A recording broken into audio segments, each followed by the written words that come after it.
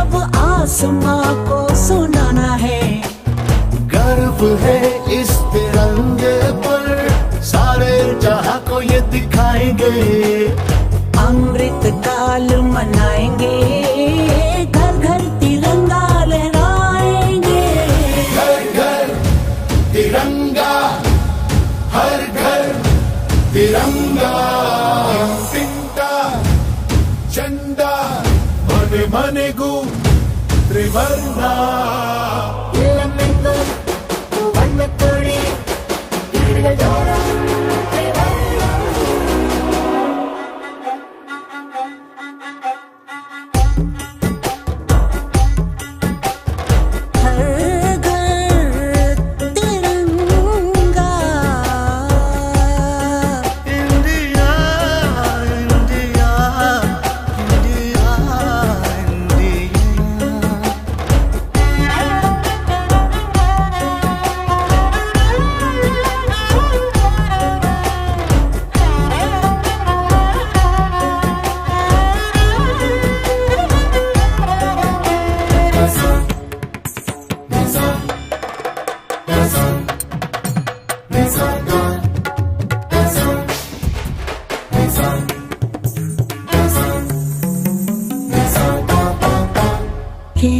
केसरिया रंग है क्या?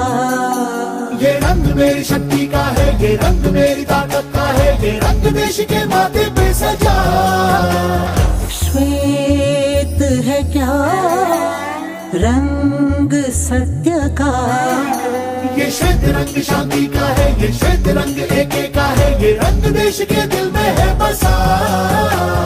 रंग हरा तो खुशहाली का है, ये धर्म चक्र विकास का।